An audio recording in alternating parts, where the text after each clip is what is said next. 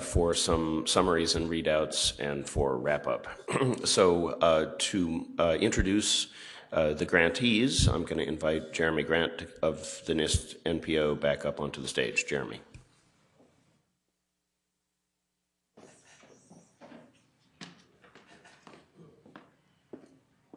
Thanks, Bob, and good morning, everybody. Thanks for coming back for the third day of this. It's really been a stellar event. And thanks again to GTRI as our host. They've I've said this before, but they've truly set the bar for what absolutely delightful IDESG Plenary can be. Also to Authentify and LexisNexis, our sponsors, who have made this a really nice event. So as Bob said, this morning we're going to be spending the next 3 hours doing pilot outbriefs. Just a little bit of background for those who haven't been through one of these before, or who may be new to the organization. So, the creation of the Identity Ecosystem Steering Group was a key implementation step for the NSTIC. Another key step where we've really put a tremendous amount of time, and really the bulk of our financial resources, has been the funding of innovative pilots that can actually take some of the ideas captured in the strategy and link those to execution. Testing out different approaches to advanced identity, trying to tackle different barriers that the marketplace hasn't solved. And the concept has been that while the steering group doesn't have any formal role in managing the pilots, since they're government grants, only the government can do so, it's going to be very important for each of our pilots to be very closely involved within the Identity Ecosystem Steering Group and be taking some of the lessons learned, both good and bad, and feeding those into the committees. The idea being that, a great way to help settle theoretical discussions is to sometimes go out and test it in the wild and then bring the results back and see what works and what doesn't, and build off of those and iterate on those to make progress towards an identity ecosystem framework. So you all have heard twice from the first round of pilots that we awarded in the fall of 2012. Today we're real excited to present to you the next 5 pilots that were awarded in September of 2013. Now mind you, they all didn't really kick off till Halloween or so, since the awards came out right before the government shut down, and then of course we were shut down for a bit. So they're in a stage where they're all just getting started, but it's a new group that we're really quite excited about. And I think you'll find, much as with the first tranche of pilots that were funded in 2012, they are all tackling both, everything that they're doing is different from one another, and yet they're all dealing with a set of issues that's very much the same. If there's one set of lessons learned that we've seen out of the pilots so far, is that they've all reinforced the need for an identity ecosystem framework, and thus, in doing so, really reinforced the need for this organization and the work all of you are doing.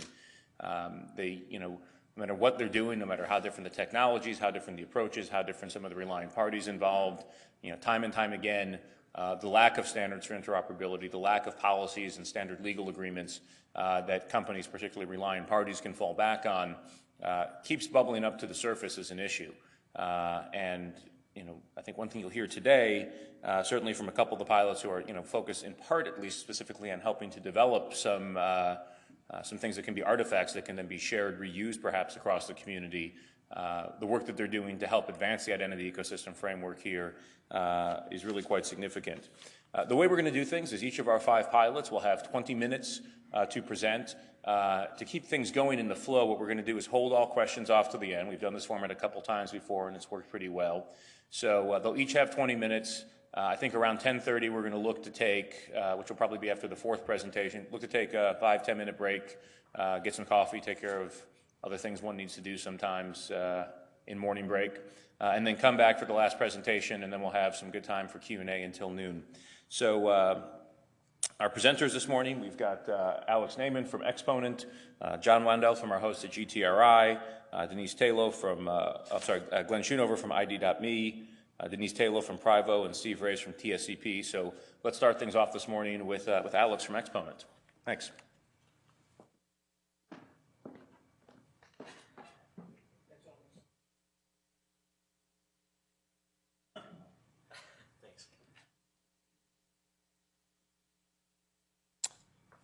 Thanks, Jeremy.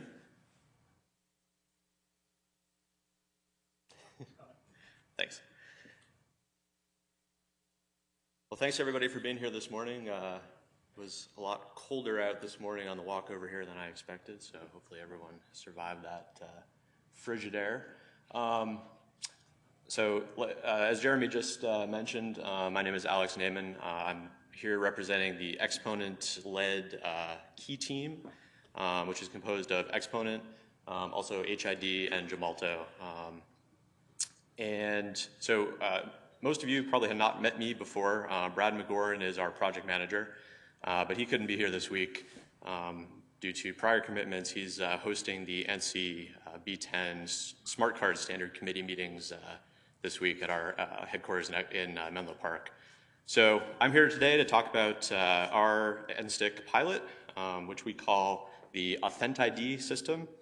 And this is our plan to eliminate passwords via strong authentication methods. So I'm going to start by laying out sort of our vision for the system and the world of identity. But I want to preface this with a caveat that this vision, not everything in this vision is something that we're going to be implementing during the course of the NSTIC pilot, but this is where we see things going.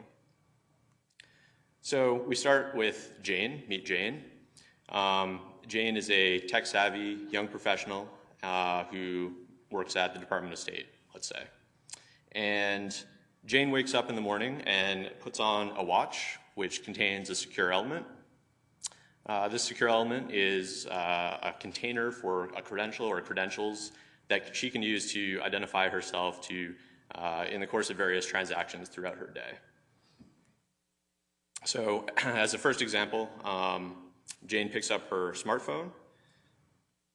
Smartphone is able to detect the secure element within the watch and prompts her to enter a PIN to unlock the phone. If she puts the phone down, removes the watch with the secure element from the vicinity of the phone will automatically lock. As another example, she can use her secure element contained in this wearable device to log into her laptop, perhaps prompting her for a different factor, maybe a biometric like a fingerprint to log into the laptop, allowing her to use her machine.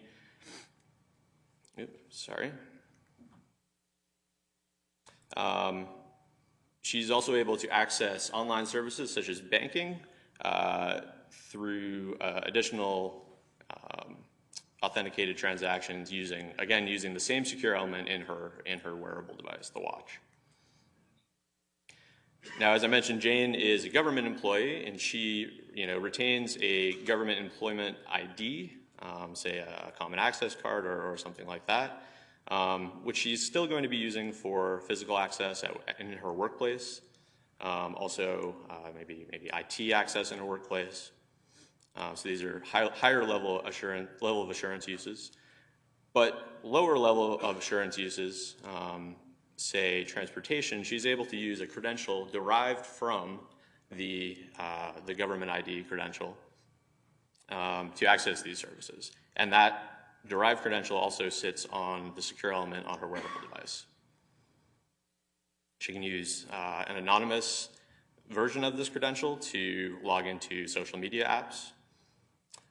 And she's also able to do things like verify her age without divulging additional or PII to, say the store clerk where she wants to buy a bottle of wine.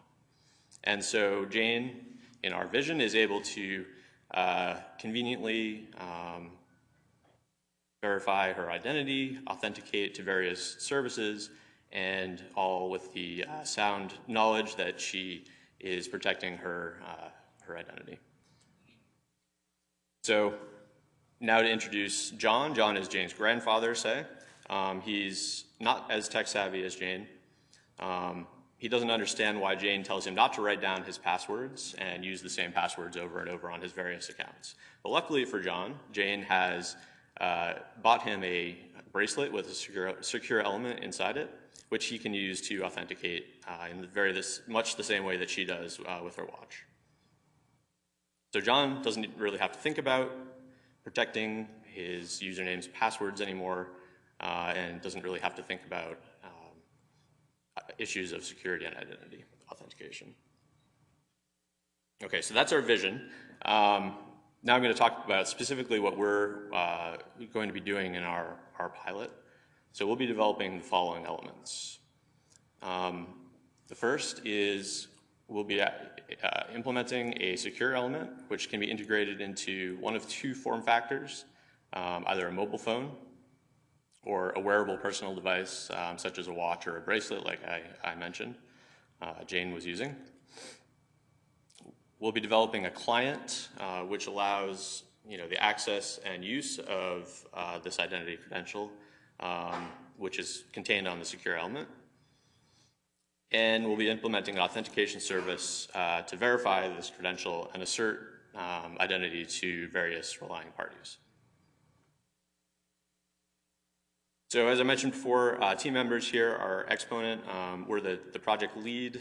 We're doing management of the project, evaluation of the systems. Our business is scientific and engineering consulting. We do have a lot of work on standards evaluation, testing, failure analysis, that sort of thing. HID and Gemalto are pretty well-known names in this business, and they will be doing most of the implementation on the technical side of things, and hopefully, we hope, building interesting businesses going forward around these technologies. We have three relying party pilot partners. The DoD, specifically the DMDC, a leading social media company, and a healthcare provider. And both of those partners are confidential at this point. We also have two supporting partners, Stanford Computer Science Department and Experian. So I'm not going to go through this in too much detail, but I want to just sort of highlight, how we are hitting each of the NSTIC guiding principles. So we feel, and we are focusing on privacy enhancing and voluntary elements here. Our system will provide granular and interactive user control over data to provide privacy enhancement. We're separating the IDP and relying party roles to provide additional privacy enhancement. Replacing, under secure and resilient principle, we are replacing passwords with a more secure credential, in some cases two-factor credential. And I'll talk a little bit more about this opacity protocol. This is an interesting secure and privacy enhancing protocol that we'll be using in our pilot to provide security for contactless transactions in particular. Our system is going to be based on SAML Global Platform ANSI standards, so we'll be ensuring that the system meets the standards that we are attempting to follow. And we'll be enabling both citizen to business and citizen government interaction transactions. One of the big focuses for our project is this idea of a user-friendly, convenient device, for example, the wearable device, and that's we feel is one of the stronger points of our pilot. So I want to walk very briefly through sort of the system architecture that we're talking about here. So a user who wants to be issued a credential to store on their wearable device. So the wearable device is pictured here, but you could also imagine that that's a mobile phone. They'll visit an enrollment portal to request a credential from this IDP. The IDP may issue a proofing challenge, which the user will have to use to prove their identity. Once the proofing challenge is successfully responded to, the IDP will issue a command to the wearable or the mobile to secure element to generate a key pair, of which the private key is stored there on the device. Public key is returned over the network to the IDP. So this is a typical PKI sort of a setup. To authenticate to a particular relying party, the user will go to the relying party, say through a browser. The relying party will ask the user to identify themselves through a supported IDP, redirecting to that IDP. The IDP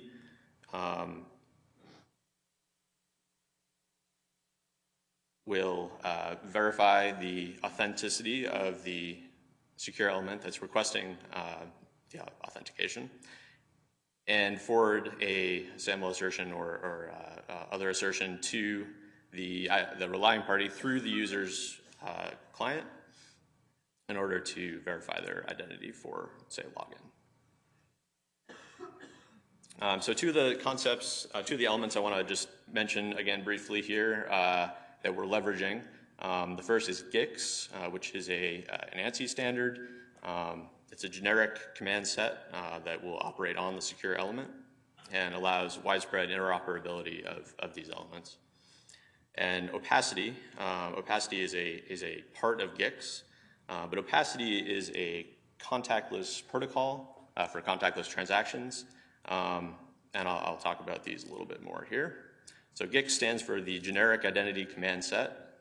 And again, it's a generic interface.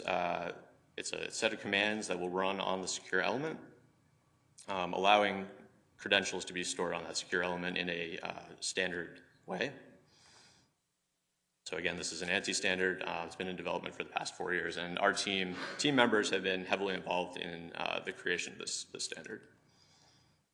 Opacity, which is a terrible acronym that I'm not even going to attempt to run through, is a very interesting protocol for doing fast contactless communication. So the need that was identified here was for a faster, secure contactless protocol to allow things like access control, where you need to do that transaction quickly so that the user doesn't become frustrated that the door hasn't opened yet for them.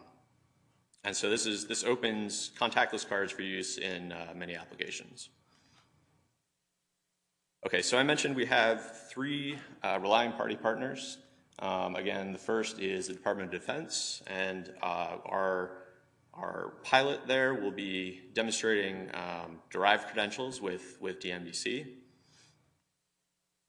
Our second partner is a social media company, for which we'll be demonstrating strong authentication using our portable identity credential. And the third one is a healthcare provider, and similarly we'll be demonstrating strong portable credentials for doctors. So just to dive into the government pilot a little bit more, the vision for this pilot, the use case, is enabling users to access online services using a credential derived from an existing CAC credential, probably CAC, onto a mobile device. So the sub-bullets there under considerations, these are more like challenges that we're facing and we're aware of and we're working through right now. There's a lot of uncertainty surrounding derived credential usage, and this is something that we're working to understand right now, with the hope that lessons learned from this pilot will hopefully help resolve some of that uncertainty and provide lessons learned to the community working on derived credentials. We've talked a little bit about user experience challenges that we're gonna face here. How are the ergonomics of using your CAC to identify with your phone? How does that work together? Some battery life considerations. For the social media partner, we'll be enabling user login to a social media service using this PKI credential stored in a mobile phone. Challenges for this one that we've already been working through. We've come across this conflict between the business model of our social media partner and some of the goals and requirements of NSTEC. And I'm sure we're not the only pilot to have come across this sort of problem. The third partner, we will be enabling, not sure why it says doctors/patients. We're actually just looking at doctors right now to log into office terminals using, again, this PKI credential that's stored in their convenient wearable device. So this is where the wearable will come in. Challenges for this particular application that we are talking to our partner about are tying into their proprietary EHR system, which is not necessarily a straightforward activity. So just to close out here, I want to give it a very brief description of our schedule. We're well into the planning phase of this project. As you can see, we're about halfway through our specification for the system planning phase. So we have a lot of work still to do on defining exactly how the system is going to work. We're working with our pilot partners to define requirements for the pilots. And again, that's very much a work in progress. The target here is to do deployment of our pilots with our partners in the second year of this project. Just to conclude, we're focused on this system that provides Jane and John with this NSTIC vision of the world. We're very excited to develop these 3 pilots and provide lessons that we learn to the NSTIC community and the larger IDESG. Thanks.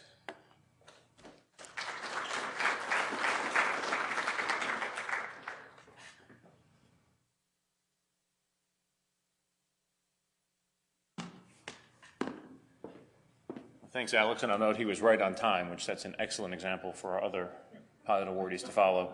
Up next will be John Wandout from GTRI talking about the work that they are doing around trust marks that I think is just really cool and absolutely fascinating. So.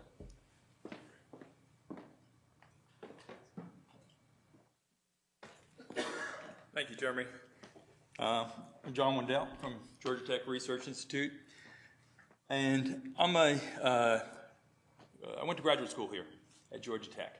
And at Georgia Tech, we tend to study and analyze everything.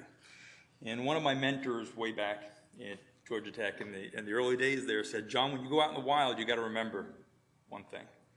You've got to always know your speaker. And he says, I've done a lot of analysis and research on speakers. He says, if your speaker is wearing an open collar, he's talking about his work. If a speaker comes and he's wearing a tie, he's talking about someone else's work. And if he's wearing a full-blown suit, he's lying. Now, that doesn't apply to our sponsors, and if you're in D.C., so there's some exceptions that are out there. But it's kind of a good rule of thumb.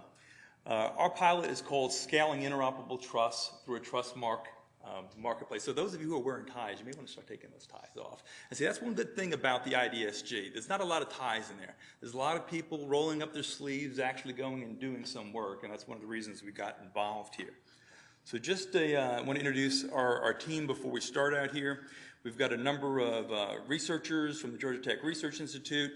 Some of them are in the room here. If you could just stand up for a second so they can point you out and ask you hard questions later on. There's 4 or 5 of them here. Also a number of faculty members on the Georgia Tech faculty. We've got some primarily from our privacy team, Dr. Doug Blau, Dr. Peter Swire, and Dr. Andy Anton, which are pretty well known in the privacy community. They're also members of our privacy team here. Also partnering with the National Association of State Information Chief Information Sharing Officers. We've got Chad Grant in the room as well, representing them. And then a number of members in the law enforcement community from the National Identity Exchange Federation. I'll introduce those in a minute. So in the beginning, we had our identities, what I call locked up into application-specific silos. We would build our applications, and then as an afterthought, we would go and find ways to connect people into those applications, provision those, credential those users, identity proof. It was kind of an afterthought. And those identities worked with a single application locked in a silo. Then along comes federated identity. And now we can separate the identity proofing, the identity provisioning function from the actual service providers and the application providers. We also emerged this concept of attribute providers. But now that these are functions are provided by different agencies, different organizations, we really need to think a lot about trust and interoperability and privacy and liability, things that we hadn't thought that much about before.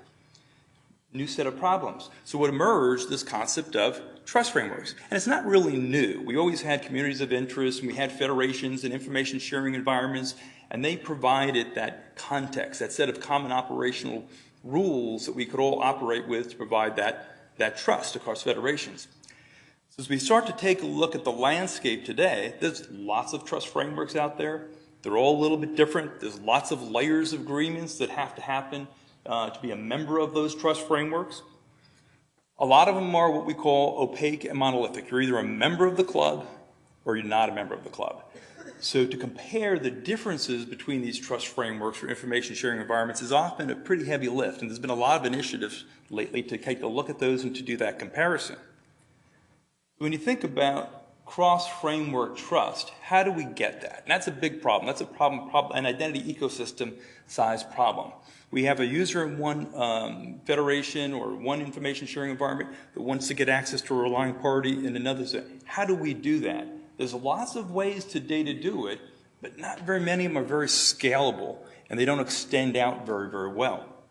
So for example, you could say, I have a user in one ecosystem that wants to get access to a relying party in another trust framework. Well, I can get multiple identities, one from each. Or my identity provider can join multiple trust frameworks. Well, that's a problem too. There's a heavy lift, there's onboarding. My relying party could maybe join multiple trust frameworks. Again, maybe a heavy lift right there. What about interfederation trust? Well, you've got challenges of transitive trust and trust dilution, comparing two trust frameworks that might have different scopes.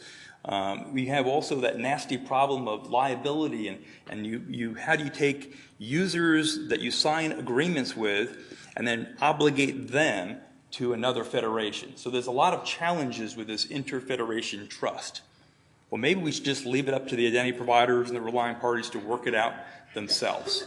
We have that end by end. We're not really doing anything much better. So this is a problem that really brought us to this forum. We've been working with the law enforcement community for almost 2 decades, trying to share information securely across federal, state, local boundaries. In our communities, about a million people in the community across all of government and the stakeholders they need to share with, tens of thousands of agencies. They're highly distributed. There's some agencies that are very, very large that have a lot of wherewithal. And then there's some small ones that don't have a lot of funding and don't have a lot of wherewithal. Probably sounds like a lot of the communities that you represent as well. They have a real legitimate need to share information. They have different kinds of information, and they have to adhere to those particular rules that are associated with that type of information. They're not centrally funded, so it's very hard to just mandate something. You've got to do it by value proposition. And one of the key things, and the most challenging, is that law enforcement has a need to talk with almost every other community of interest out there. You can't draw a dotted line and say, well, you don't have to talk to the health people, or you don't have to talk to industry. They got to talk to almost everybody, and they got to follow that lead for that investigation. And very often they don't know who they need to talk to until something bad happens, and then they don't have time to get provisions into that system. So after 9/11, we realized that one of the shortfalls for sharing information was that this identity and access management across all the disparate agencies in law enforcement. I happened to be working in the Global Security Working Group, which was part of the Global Information Sharing Initiative, which is a federal advisory committee to the Department of Justice, the Attorney General. And at that time, that group was saying, well, we'll just give everyone one ID. And state and locals, they said, well, we don't want another thing. We want to use our credential that worked with our systems locally in your system. We want to reuse that. So through a series of meetings and vettings, a series of federated identity standards, a trust framework evolved called GFIPM, Global Federated Identity and Privilege Management. A lot of technical normative specs based on industry specifications, metadata, governance structures, and guidance, and so forth. So what happened, a number of little GFIPM federations started to emerge, some with only 2 or 3 stakeholders in there, that were non-interoperable and non-trusting of each other. And we said, that's not the vision, that's not what we want to happen. So a group of larger, more proactive stakeholders got in there, and we started the National Identity Exchange Federation. It's a center here at Georgia Tech. Entities like Homeland Security and the FBI and large departments of public safety grew that on out. But we still had to talk to other communities of interest, and trying to get everybody into one umbrella and one fold is a heavy lift. It's a hard challenge. Just to give you an idea of some of our stakeholders today, We have at the federal level, like HISN, the Homeland Security Information Network, at the county levels, like Los Angeles County for criminal history handling and the sheriff's departments there, entities like the Department of Public Safety in Texas, task force at the local level that span multiple states, Tennessee Meth Task Force, and regional systems like the RISK projects, 250,000 state and local intel analysts type, typically from have-not type agencies. All of these are members of the National Identity Exchange Federation, pronounced NIEF, so NIEF, and they're members of our group today. So the problem we had is, okay, we can build out NIEF, and if we build this out, how do we get that connectivity to these other communities of interest? I mean, we need to do something bigger than NIEF, something bigger than, in fact, we need an identity ecosystem. You know, we're just a couple nights of NIEF out there still with our shrubbery addiction, trying to figure out how we can get past that. So we need something. So all of a sudden I see Matt Moyer. He's our lead engineer. He's there. He's got his eyes closed. He's clicking his heels together. He's saying, there's no place like an identity ecosystem. There's no place like... Next thing I know, poof, all of a sudden we're in a big room, a sea of people in there. We were in the land of IDESG. We start talking to people. We find out there's all different variety of perspectives there. There's people from all different communities of interest. I said, this is the right place. We're in the right place. But I said, well, how are you going to work with all these people? Lots of different perspectives. Everyone's coming here for a different reason. We start talking to other people. Some of them look more like 800-pound gorillas. Some people telling us, hey, we've got 100 million users in our IDP system. We're feeling like round-off era. How are we going to fit in here and how are we going to work with everybody else? We look over in the corner of the room, big room, and there's a bunch of people huddled in the corner there. And these people got scars and they're bruised and they're beat up. I asked Bob Blakely, what are those people in the corner? And Bob says, those are the early adopters and the first round pilot people. Now Bob didn't really say that. That's something that Bob would say. So we knew that we were in the right place. If this was the place that if we were going to solve this silo problem, multiple silos, and we were ever going to come up with a way of crossing these silos and coming up with a framework that we had a hope of solving our problem and actually the larger problem, we had to do it in a forum like this. So this led us to the idea of let's look at frameworks. And this is the foundation of our proposal. What if trust frameworks were more modular, much like we did with the NEAM program, National Information Exchange Model?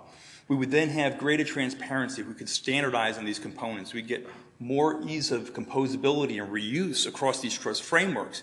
The incremental cost of an identity provider joining multiple communities of interest would be lower because they would just have to get one more incremental component perhaps instead of joining another whole trust framework. Hey, why don't we call these components trust marks? Sound like a good thing to call them at the time. Let's give those trust marks some substance.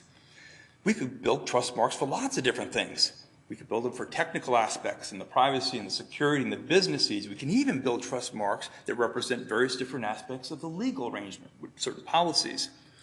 So instead of looking at the monolithic trust frameworks, what if we look at those as a series of trust marks? What if these trust frameworks built things called TIPs, trust interoperability profiles, that define the various different components that they need that then could be more visible, more granular and reusable across multiple trust frameworks.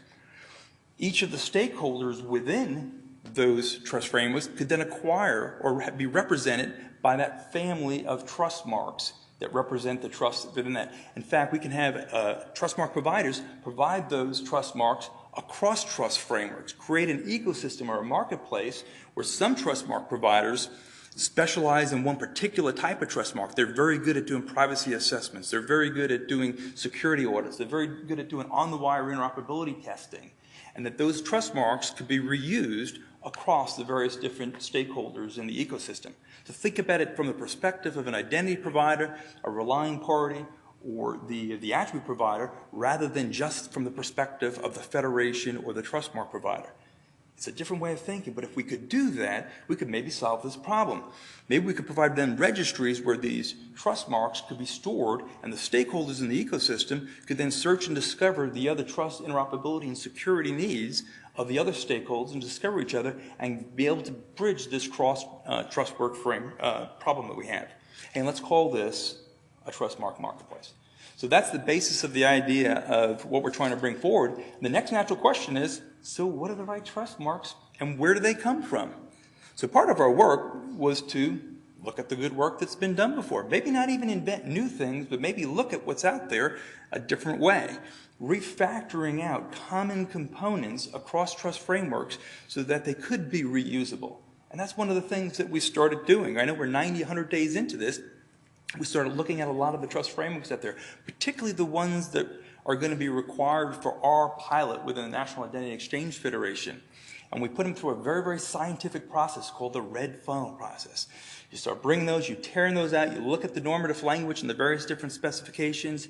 And what we've done in this initial analysis, we've identified about 122 very, very discrete trust marks. Okay? Now, 122, you can sit there and say, holy mackerel, that's scary, that's a lot of things, that's going to be complicated.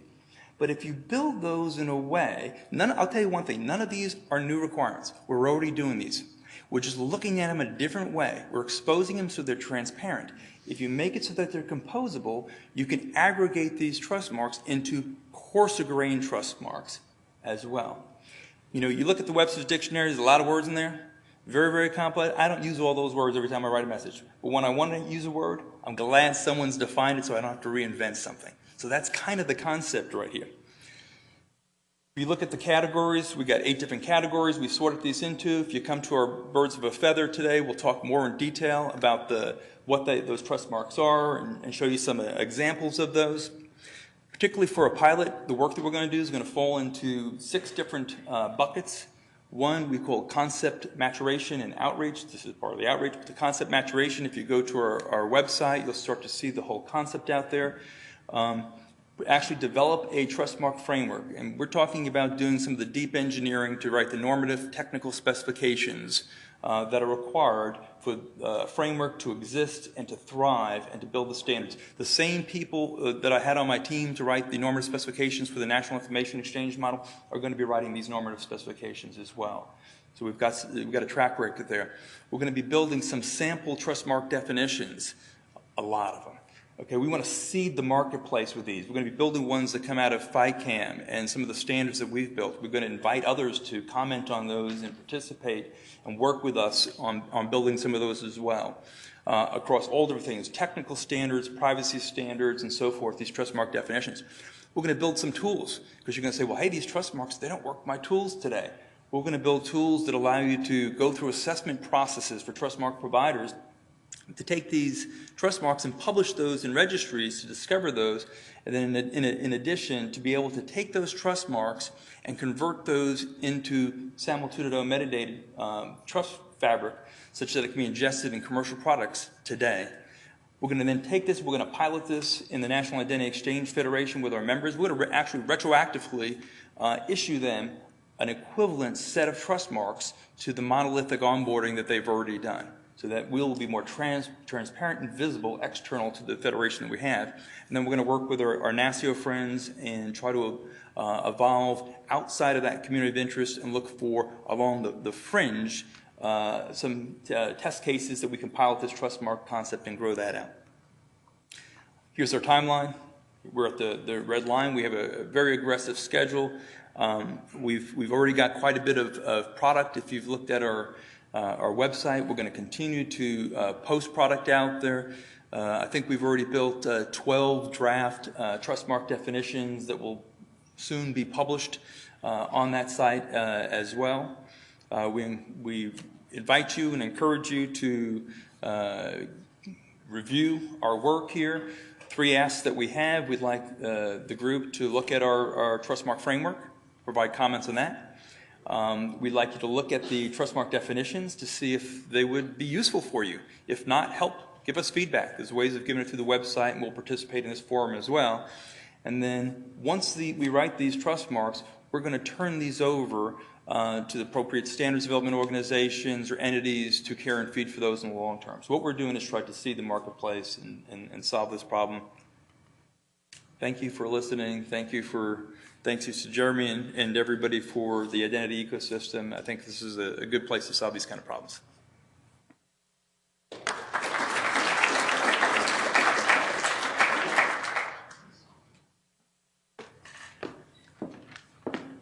Well, thanks, John. That was 15 minutes. We're actually setting new records for efficiency. An interesting theme, and we can talk about it a little bit later in the Q&A between a couple of our pilots, both with what GTRI is doing as well as TSCP, who we hear from after the break. Two organizations who have previously developed some great trust frameworks that have been focused really on a specific sector. Around GTRI, NEAF, it's been law enforcement, homeland security, TSCP, and aerospace and defense.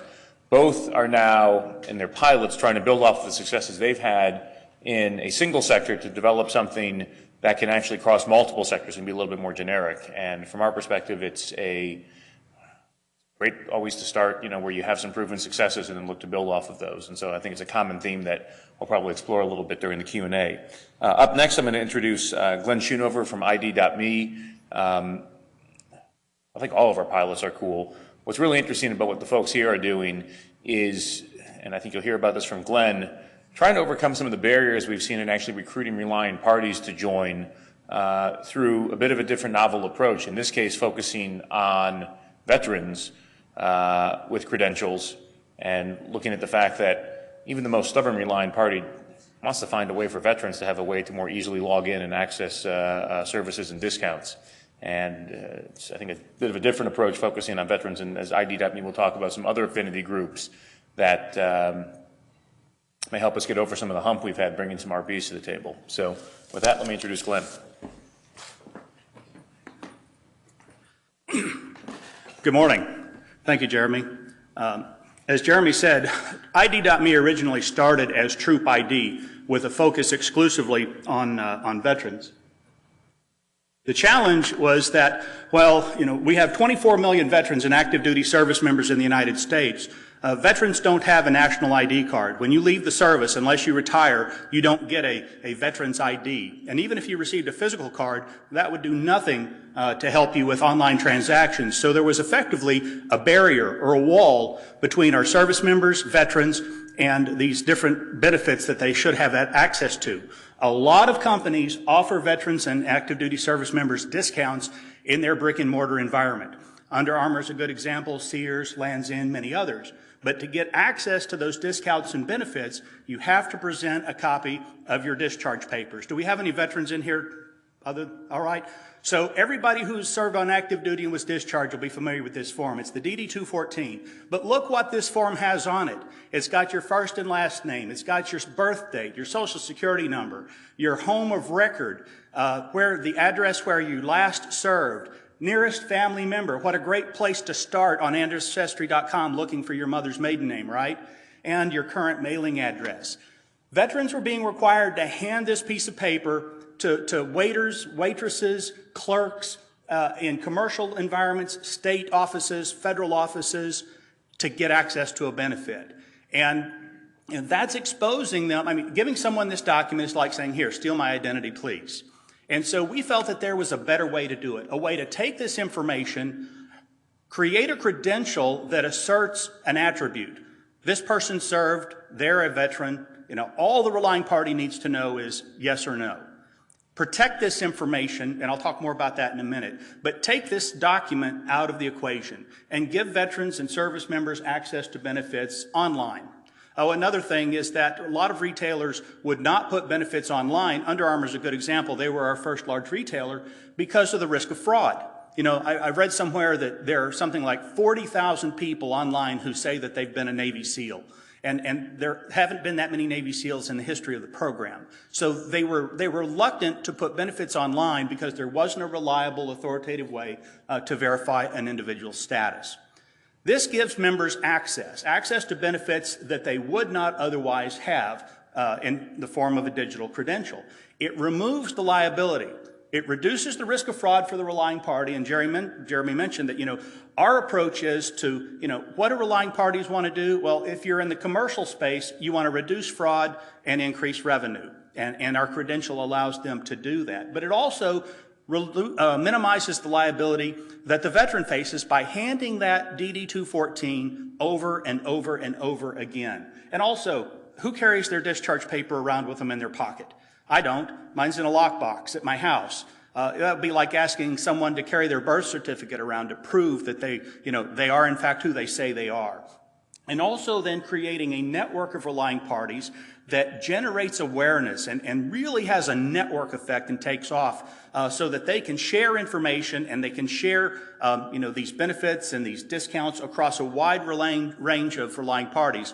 We currently have 50 relying parties who are using our service and we have a pipeline of about 150 more who are being integrated and working through contracts and negotiations. But by the end of the second quarter of this year, we expect to have around 200 relying parties in this network.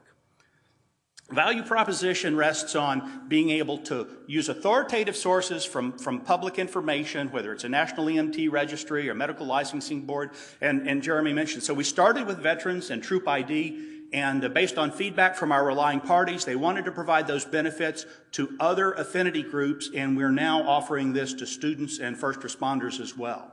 Physical credentials. John mentioned that, the states didn't want to have one more credential. Nobody wants to have another card they have to carry around in their pocket. They want to take the cards that they have, driver's license, first responder ID, student ID, and be able to reuse it in a new and different way securely. And then also being able to leverage private IPs from various membership groups like AARP, who's here, Military Officers Association, and many, many others. In our example, and I talked about how many relying parties we have, a member can start anywhere. Typically, they come to us through a relying party. Sometimes they come to us directly through our ID.me webpage. But someone goes to Under Armour or Overstock, and they're looking to buy something, and they say, hey, when they get into the checkout flow, and I'll show you a couple of use cases and how this actually works, they see the opportunity to save money, 10 to 15%. Low-level transaction, LOA 1 type of thing, where they want to take advantage of this because of their affinity group. They're a veteran. So they sign up for an ID.me credential, they go back, they get their discount. And as they continue to just live their life and they're planning a trip, they see an opportunity to log in to Marriott with their ID.me account. But they can also perhaps get access to an AARP account. We can bind that attribute to the existing credential, so they're not getting a new credential issued over and over again. And at the same time, one of our goals is then to be able to add eventually another affinity group. So I could be a veteran, I could also be a first responder, and I could also be a student. And all three of those could be tied to a single credential. And one of the big goals of our pilot is the ability to take a single credential and then elevate the level of assurance, to trust elevate it. To start off with what's effectively an LOA 1 type of credential, I log in, I go to underarmour.com, I get 10% off on my purchase, but then I want to go to the VA and get access to medical records. But I don't want to have to create a DS logon. As a veteran, I can tell you I've been out of the service for a while. I've never had any interaction with the Veterans Affairs Administration. But I went through the process of getting a DS logon so I could understand what that takes. And it is not friendly. It is not user-friendly. It's cumbersome. And I'll probably forget my password in another week if I don't use it. But we want a member to be able to use the same credential for a low-level transaction, an LOA 2 transaction, or an LOA 3 transaction. So our overview, I'll not project as much. I'll back up? No, it's automatic system. Okay. See if I can fix it for you. Sure. Try that. All right, testing. All right. How's this? Better? Okay, we'll go. So aligning with the INSTIC principles, and I'm not going to read everything on here though, really focusing on privacy enhancing. Again, that service member shares their PII with us once, we lock it up, we encrypt it, we store it, but then they have a credential that they can reuse over and over again. Any data that is released is under the control of the member. They initiate the account, they log on, and they'll have access to determine which relying parties do I share my information with in a completely open and transparent manner. Interoperable. So we'll be building out a SAML 2.0 profile so that we can achieve the FICAM LOA 2 and LOA 3 certification. But we also want to be able to integrate with commercial, state, and federal activities. So the credential that we're developing is designed to be interoperable and cost-effective. It never costs our members anything to sign up. Every veteran, every first responder, every student, they can sign up for an ID.me account at no cost. The cost of doing the verification is borne by the relying parties, and they're charged based on the number of on a transaction fee basis. Schedule overview, you guys are going to see a lot of Gantt charts today, I guess, but we've broken this down into essentially 3 phases. The first phase is the foundational work, integrating with our identity proofing partner Experian. I think Tim Starkey is here. We are also developing the SAML profile, which we didn't have. We're also doing all of the really cumbersome work of developing the documentation and putting together everything that we're going to need for our Cantera LOA2, LOA3 process. Phase 2 is adding multi-factor authentication. We're going to be working with Dayon to add their multi-factor authentication. We're also going to be integrating the ability to take an existing PIV-I, CAC card, and HSPD-12 credential. Someone can come in and put their CAC card in, and we can consume that to verify that an individual excuse me, is in the military or has a particular status, and then looking at integrating with FCCX.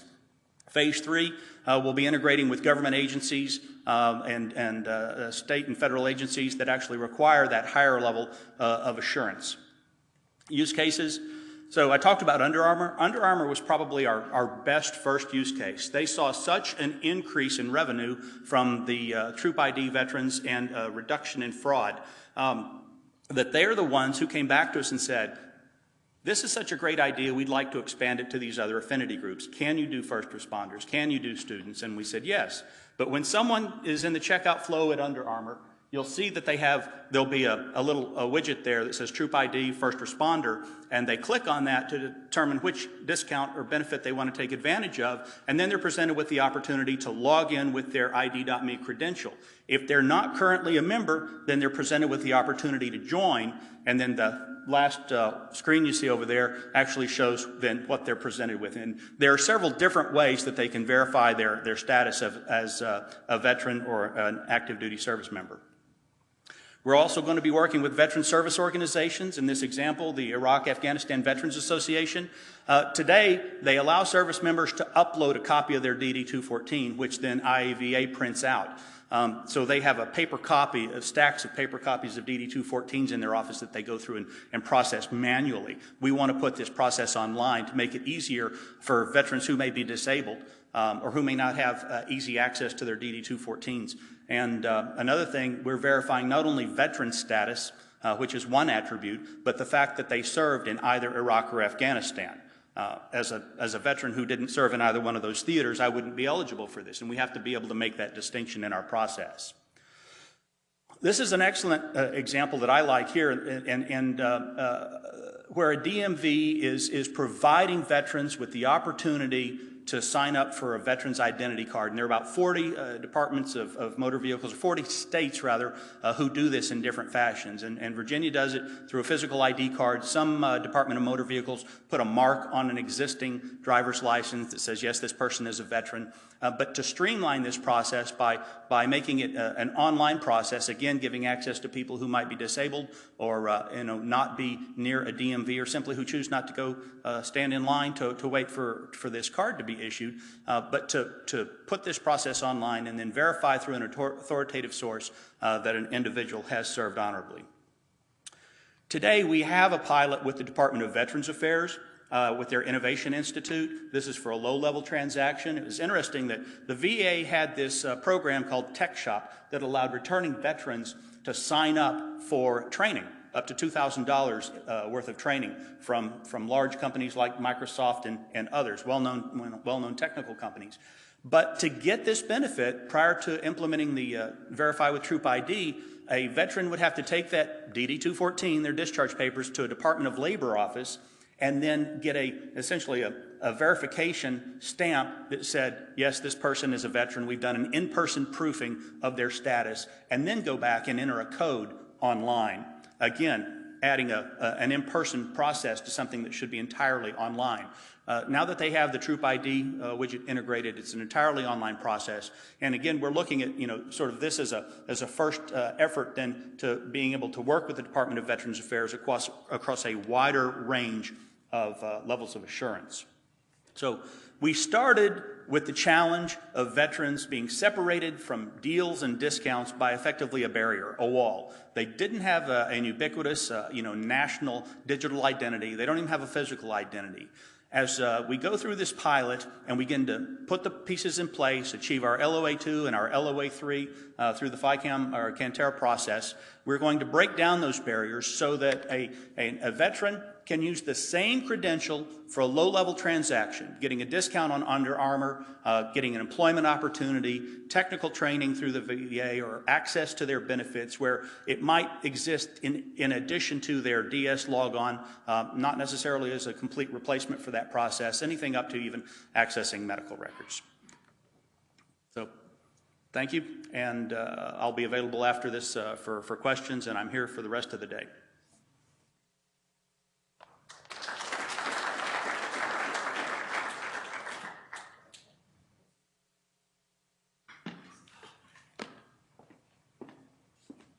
Thanks, Glenn.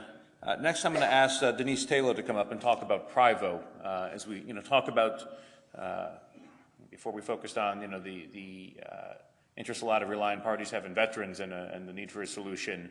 As you'll hear from Privo, they're taking another very unique angle in this, particularly looking at the need to be able to protect children online, to make sure both when people are online and they're claiming to be of a certain age that they really are, or if a parent is authorizing them to be engaging in activities online, that the person really is their parent, not the 10-year-old kid down the street who's pretending to be their parent.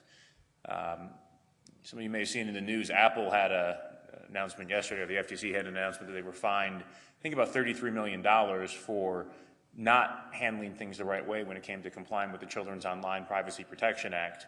And while as Denise and I were talking about last night over dinner, given that Apple had free cash flow last year of $9.9 billion, the $33 million or so may not actually have a huge impact on them. There's a lot of other companies that are out there that are more specifically children-focused and that do have some real issues with this. And the work that Privo is doing to establish what would be considered a minors trust framework to help address this issue is another thing that, another pilot activity that we're really quite excited about. So with that, let me hand things off to Denise.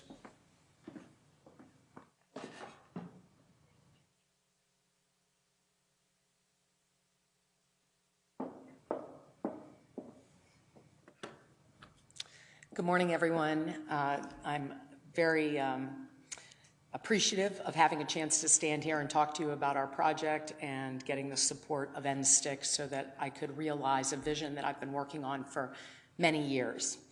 So Privo the name of the company is Privacy Vaults Online.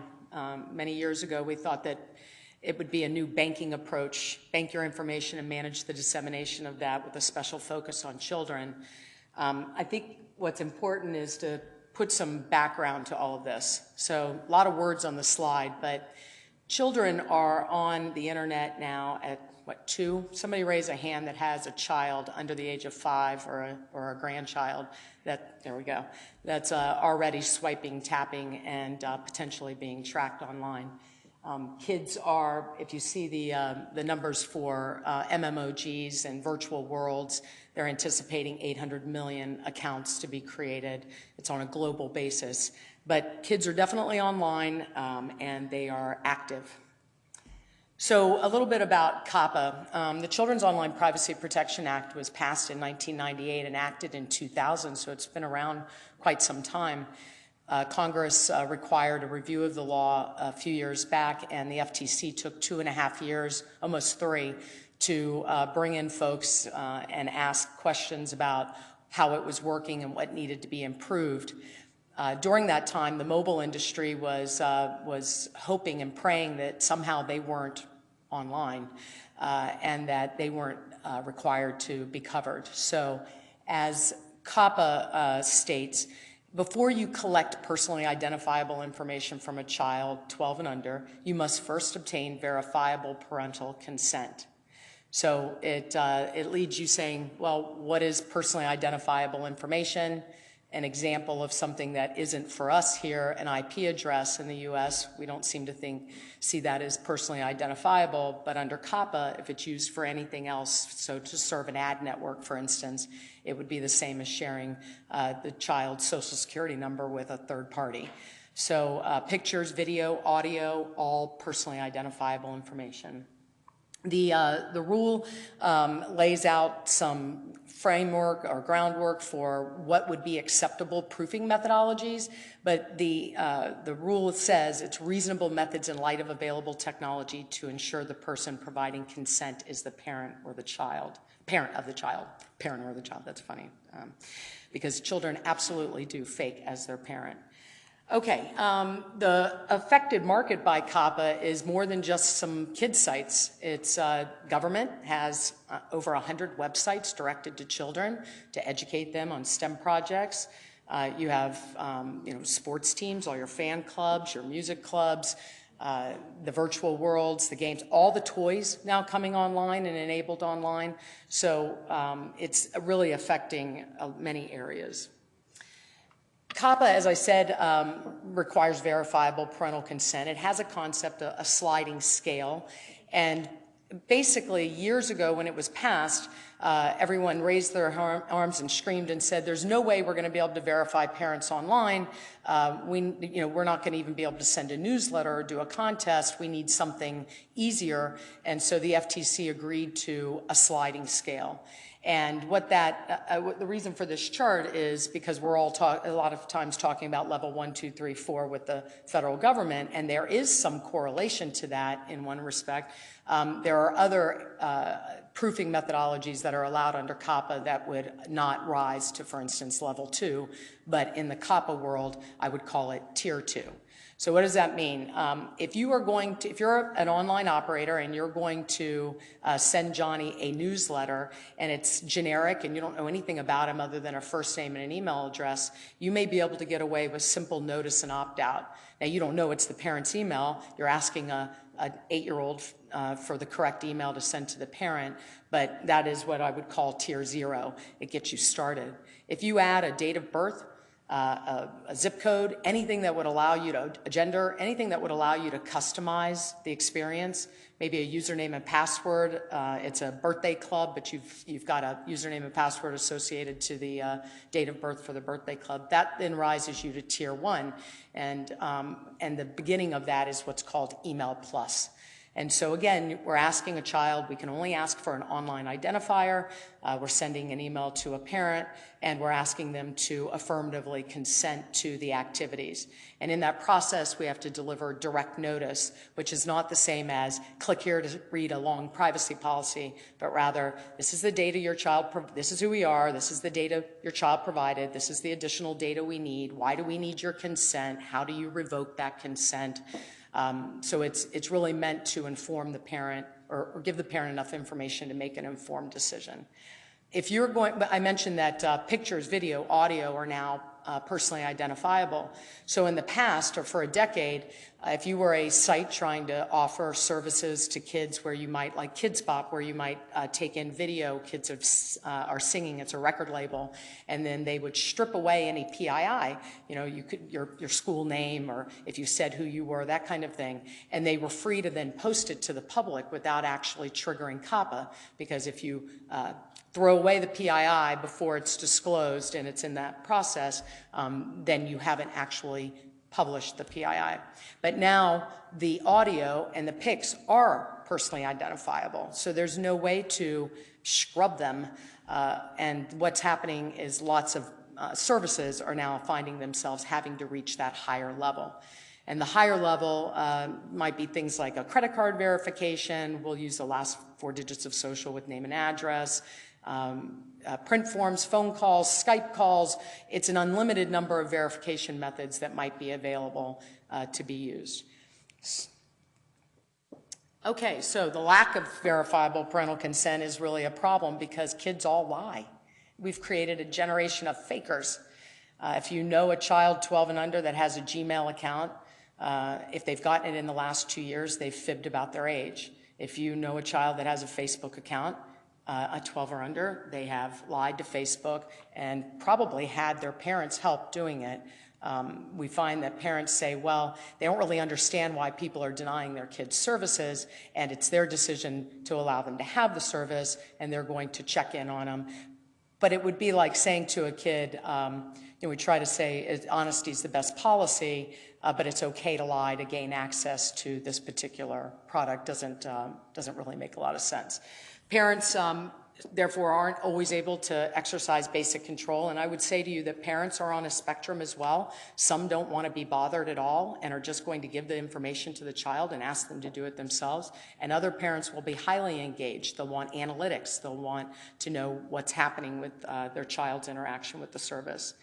The services, therefore, find it difficult to comply because they have no proofing methodologies. Parents have to theoretically create a username and password at every site that the kid's going to. So now we have kids with username and passwords, parents, and at each individual site, and proofing events happening all over. And everybody's spending money. And in the kids' space, you don't really have an extra quarter or 50 cents just to send a child something related to a contest or a campaign. So the existing methods that are out there are very siloed, and organizations are having tremendous problem getting parents through the process. So they have big drop-off, lots of drop-off. So we try to ease the compliance. Privo is a neutral third party, a safe harbor with the Federal Trade Commission. So we spent the years since 2004 doing a lot of consultation and certification of companies as it relates to COPPA. We are hoping to solve the problem, though, by actually delivering parental consent at internet scale, offering kids a kid credential that's linked to the parent so that they don't have to provide a parent email when they register on a site, or their device might already be registered as a child, so it's directly linked to the parent. Helping the parents engage and understand what they're doing better, and then delivering the services with something that they can rely upon and not get themselves in trouble. This is one area where trust marks are happening in the COPPA space. There's nothing fancy about them. They're little images with a click to verify, so I'm really eager to see what's happening with the other pilot and to hopefully make our trust mark better. Overview of the, somebody yesterday said, everybody's got a hub. Well, we have a hub. We have a Privo hub, a parent hub, and our hub will house all the services. So we handle registration, authentication, authorization, identity proofing, and then allow the parent to manage the account. What we are attempting to do, because we have been in the business doing it at a low level for one relying party at a time, what we are attempting to do is make this very configurable.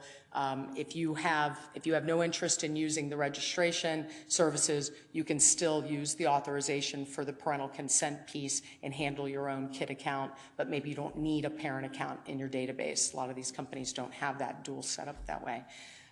We are building a parent hub where they can come and enroll, verify once, and authorize across the Global Kid Network.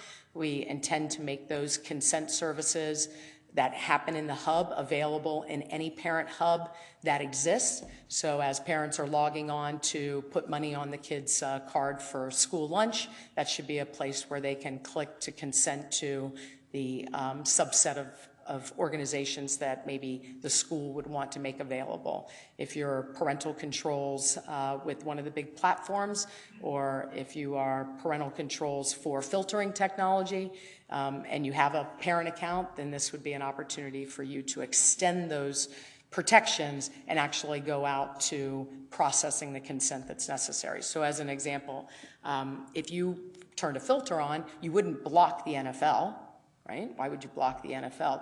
They seem perfectly reasonable for kids.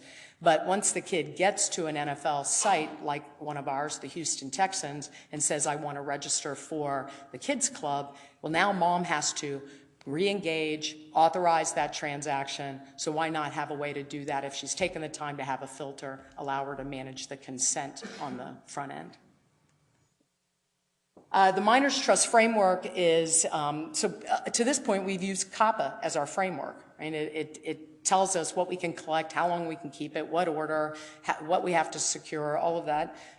But there's a lot of best practices around dealing with kids, and COPPA is a U.S. law.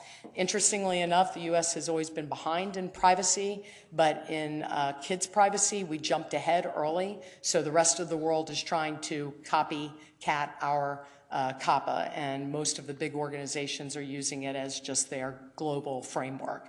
So this is a global issue. If you are a foreign company and you're doing business with U.S. kids, then you must follow COPPA. If you're a U.S. for the U.S. kids, if you're a U.S. company doing business abroad, you're supposed to provide COPPA protection to all children. So the Minors Trust Framework is going to work to deliver what's necessary for identity providers and the relying parties and all of the folks to come together and be able to use the framework in an interoperable way so that we can deliver what we're trying to do, which is the Global Kid Network. Privacy enhancing, COPPA is a privacy law, so everything we're building, the word privacy is in the sentence as we're putting it together. The biggest thing that I think we're going to get out of this, which is even on the slide, is that asking, in the name of protecting a child's privacy, parents are being asked to provide a lot of information to prove who they are. And it just doesn't make sense to do that with every XYZ company that might be onesie-twosies in a garage. So if we can do nothing more than to allow parents one credential that they can manage this process, there'll be a lot less personal information being spread around. Secure and resilient, obviously the security is critical, both at the credential and back at the hub. Interoperable in that we are, as we said, putting the framework together so that we can work with other providers. Cost effective for the relying parties. It's just too much for them to pay for this proofing and consent process each time. It's free to parents. Relying parties do pay for the transactions. They can do a sort of all-you-can-eat, gobble it up, or they can pay on a per transaction. And easy to use. We hope that the Global Kid will be a symbol that the kid can recognize and click on the younger children and not have to, as I said, provide their, type in their parents' email, which many times they don't know. So the work that we have in front of us is to improve our current service and systems, get it in line with NSTIC, get the Minors Trust Framework built, or published, I should say, and to educate. And that's a big task for one company to handle. So we have a call to action asking that anybody who's interested in joining our campaign, our privacy campaign, it starts with the first click, sort of a did you know, because parents don't know. They don't understand what's happening and why they're being asked to engage. So we think education is going to be really critical. So the system upgrades are happening now. We've been steady moving in this direction. The NSTIC grant is accelerating our ability to get there. The framework timeline, again, we have COPPA as a framework to work by. We're not working in the dark here, but what's most important for us is to get relying parties onto the system and then open it up for others. And so the relying party documentation is all coming together now. And with that in mind, we have launched the first 2 sites on the new service. So we're creating this awareness and we're launching the campaign, as I mentioned. If anybody's interested, I've got a one sheet that they can take with them back to their company and a little stamp that we'd like you to put on your website. So here's the big one. We've signed up to deliver 1 million kid credentials by September and 10 million in the second year, which means that we can't do it all on our own. Distribution is going to be critical. So if you are a potential distribution partner and you want to do something to help parents and kids better navigate the web, please come and see us. Verizon has stepped up to team with us and to help us on the technology front. They're looking to provide identity provider services. We're talking to the Commonwealth of Virginia and the programs that are going on there. Gemalto is going to help us with some SMS outbound messaging and probably some awareness internationally. And then LexisNexis, who has been a provider for us, is going to step up in a bigger way as well. And others are welcome to join. Let's see who else we might have. And then, of course, we have some advocacy groups and folks that we need. This is a short list of the clients that we have on the existing systems, and the first two that we've moved into the new Privo hub are the Houston Texans, the kids club that I just mentioned. Our goal, obviously, to demonstrate something there and then go to the NFL and make something available to all the teams and then to all the other sports leagues that would be available. Rocket 21 is a rocket to the 21st century. It's a mentoring platform. It's a really great site. And experts, those of you that want to mentor kids, can sign up at Rocket 21 and become a mentor. And they will then help make that a more safe environment for the kids and the mentor to work within. And we handle all the parental consent. Our contributions to the identity ecosystem, parents can do a little better job of parenting, companies can comply with this data privacy law, the mobile app developers can, right now they're pulling all of their COPPA triggering things out, which makes it hard for them to then be profitable, so they can start to layer in features and functionality. We think that state and local, one of our clients is NASA Goddard, the Innovation Tech Transfer Group for the NASA Optimus Prime Video Spinoff Contest. We hope they get funded again this year, but we, again, think there's a lot of opportunity across federal and state. So happy kids, happy families, happy organizations. That's what we're aiming to achieve. Thank you.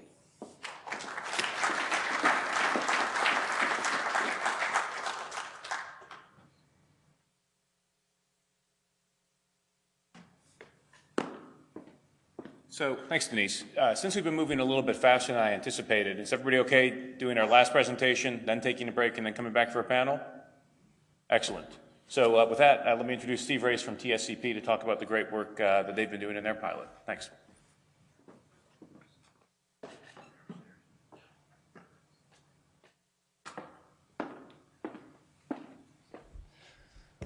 Okay, good morning. Thanks, Jeremy, for the opportunity to present and share our NSTIC pilot. And John, wherever you are, thank you for the excellent facility here and all the hospitality that you guys have provided. I'd like to start off by saying that I did bring another one of our team members here, Shauna Russell. And Shauna, maybe you could just raise your hand. Those of you that haven't met Shauna yet, Shauna has a tremendous background in the DOD as a lawyer in DOD, many years there, and has been involved with a lot of the creation of the PKI infrastructure and a lot of the legal structure associated with that environment. So we've brought her on here really to focus on the legal and the privacy aspects of our pilot. So let me take a couple minutes and talk to you about TSCP. What is it? You may not know. We're a 501c6 entity, corporation, and we've actually been around for about 10 years working on secure collaboration. And TSCP is Trans-Global Secure Collaboration Program. Are we good? Yeah. Okay. Trans-Global Secure Collaboration Program. And it was really founded by a number of aerospace and defense contractors who all compete against each other but have a common goal, which is to be able to securely collaborate with each other and with the government, either U.S. or foreign customers. So in the process of building a Joint Strike Fighter, sending CAD drawings, sending emails, sending design specifications back and forth, doing that over the internet and doing that securely was a major challenge. So really the premise was let's take what the federal government has in place with their level of assurance for infrastructure, PKI-based infrastructure, replicate that in the defense contractors, so the Lockheed Martins, the Boeings, the Raytheons, the BAEs, all spent on the order, probably over the last 10 years, about $500 million implementing a PKI-based identity management systems in place and issued those credentials to their employees. So it's a very similar environment to the CAC environment in the U.S. federal government. So we have governments that are members of TSCP. I think we have 5 different governments, NATO. We have a number of A&D companies, 6 founding members. And then what we pretty quickly realized, trying to tackle some of these intractable secure collaboration problems, we found that being able to engage the technology providers, the Microsofts, the Computer Associates, some of the niche players in the identity management space, was a very important element. We needed to get them involved early in the discussions so we could start to influence the next generation or the next iteration of their product set. So over the past 10 years, a number of those, as you can see here in the diagram, have joined TSCP. So what do we really do? We have working groups, we have committees, we have projects, and we really focus on specification development. We have a reference lab where we allow technology providers to bring their products in and companies to be able to test and provide demonstration facilities to really, you know, a lot of our job is just explaining to management, the budget holders, what the heck do we do? Well, why is identity management important? So having a technology demonstrator environment's been very helpful, both for the technology providers to show their wares and for the technology and for the aerospace and defense members and the government agencies that are members to be able to show what we really do here. We do work on trust framework types of governance, and we also have a federated hub, and we're standing up a bridge service to facilitate that. So what is our pilot? Our premise going in was we sort of looked at the current state, which Alex kind of talked about at the beginning of his pilot. We used a John Q. Public in our proposal, and the situation out there on the internet today, you know, lots of different devices people come in to try to authenticate into or through to do the authentication into the relying party, and many different types of credentials, which we all know that just results in this, you know, horrible mass of hundreds of online accounts. Lots of different cost elements along the way for the relying parties, for the consumers, and for the folks in the middle. So federated identity, you know, not a new concept, but relatively new relative to adoption out in industry. Our vision here is the devices are going to be what they're going to be, but instead of having a multitude of credentials, a minimal set of credentials with some type of a set of magic boxes in the middle, a cloud exchange, an attribute exchange, whatever that provider is in the middle, that would provide access then to the relying parties so we can authenticate and or authorize as needed. So a much more simpler, easier environment for the user and a much more cost-effective environment for the relying parties. So specifically in our grant, we took a look at kind of the state of where trust frameworks are today, some of the general issues involved, and we're going to create a thing called the TFDG, which is the Trust Framework Development Guidance. So think of it as sort of the rules of the road that all trust frameworks need to have. As John talked about earlier, plethora of trust frameworks out there in industry, communities of interest, and you know the idea of having one global, you know, all-reaching trust framework is for a number of reasons something that probably won't happen, and probably for good reasons shouldn't happen. So the notion of having a trust framework development guidance, if you want to create a new trust framework or you have an existing one and you want to be able to interoperate with another community of interest, having a common set of elements would be really important. For those of you that have heard Tom Smedinghoff speak, Tom helped us considerably with our proposal as one of the partners on our proposal.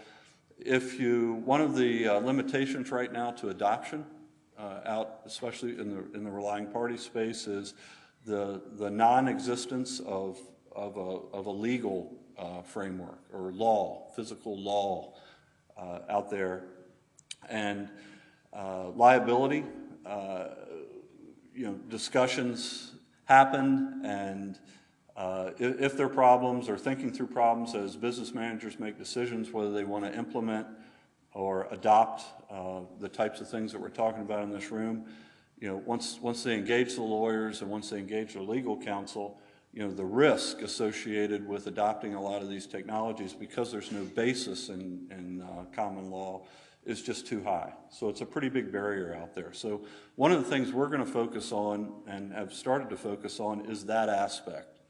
We've been successful in the past creating geometric articles, which is a good place to start as kind of a seed or a feeder into bodies that would create law, either local, state, or federal bodies.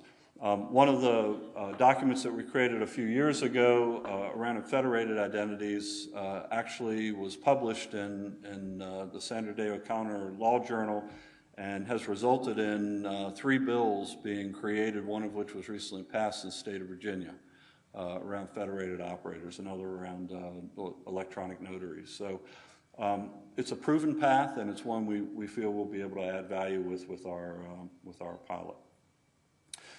So our pilot effectively is to generate this trust framework development guidance.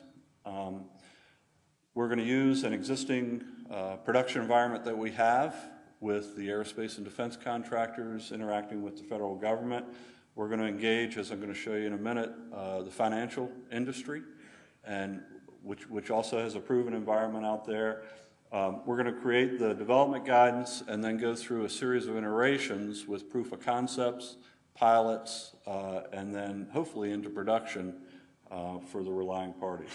We use the feedback out of the proof of concepts and the feedbacks out of the pilots and other sources of feedback to improve the iterations as we walk through the 2 years. So as Jeremy mentioned earlier, there are a number of different approaches that we can take here to develop sort of this identity ecosystem. Ours is really to build on a production environment, which is this aerospace and defense environment that's spent, as I mentioned before, about $500 million, which is really the top swim lane there.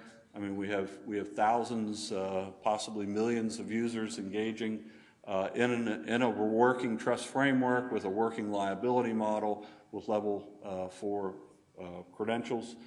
We're going to expand that, bringing in Fidelity and Chicago Mercantile as additional relying parties, extend the privacy elements, or not extend, build in the privacy elements of NSTIC, extend our liability model that we currently have working to come up with an acceptable liability model, tackle some of the issues like permissible use, which is something we've already been talking with folks. It seems like a really good idea if you're a Lockheed Martin or a Boeing or a DMDC, a federal agency, to just allow those credentials that you've spent a fair amount of money issuing along with the infrastructure, but there's issues around liability, around privacy that we really have to tackle for permissible use. So those are some of the early things that we've been focusing on. And then extending, bridging that success into the other trust frameworks. So our pilot use cases are really 3, but we're doing a PIV-PIV-I, sort of a level 4 level of assurance series, and then a non-PKI, level 2, level 3 level of assurance. So the first one is and there are really 3 different personas. One is a business persona, so you're an employee that has issued you a credential, and you are acting as a benefits administrator, for example, to a financial institution like Fidelity Investments, and you need to go in and take some action on behalf of an employee or to make a change to the benefits plan. So it's permissible use because it's on behalf of the company, but it is taking the credential sort of outside of the realm of where it was initially issued. So understanding the liability associated with using that federated identity, and then tackling some of the usability and the privacy issues around that will be the focus of that use case. The second is also in a business persona, but it's sort of in that gray area of permissible use.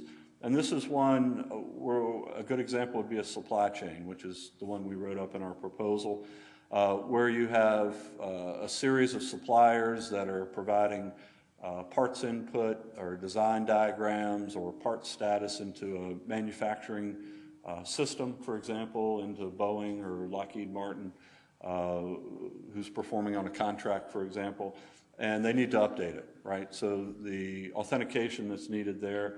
So we want to use level 4 PKI for that, but there may be some questions around permissible use because it may not be quite within the guidelines that each of the companies has for permissible use of their issued credentials.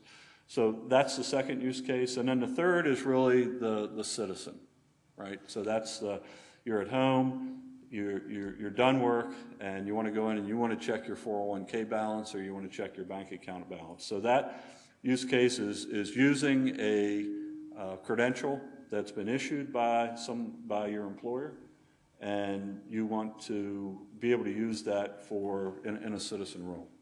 So lots of issues around permissible use, lots of issues around liability. What's the liability model? Certainly the business intent of using that credential and a lot of the rules that you signed up to, certainly signing away most of your privacy rules to get your business credential. That all opens up now because you're using that credential for a non-business purpose. So lots of good meaty issues there that we're going to look at. If you look at TSCP, it is a membership organization, and what I've listed here are all of the members, and all of our members have signed letters of commitment to participate in the various use case pilots that we're going to run and be part of the working groups, the legal and the privacy working groups and the technical privacy, or the technical working groups. And each of the members will and can play various roles. For example, if you're a Lockheed Martin, you can play the role of an identity provider, issuing credentials to its employees, and you can play the role of the rallying party because you may have the supplier portal that a Northrop or a supplier will be using their credentials to log into. We have a mix, again, of technology provider members, trust framework provider members, attribute exchanges, and relying parties and identity providers. So our plan here, unlike some of the pilots, we want to bring in as many different technology providers as possible. We want to bring in attribute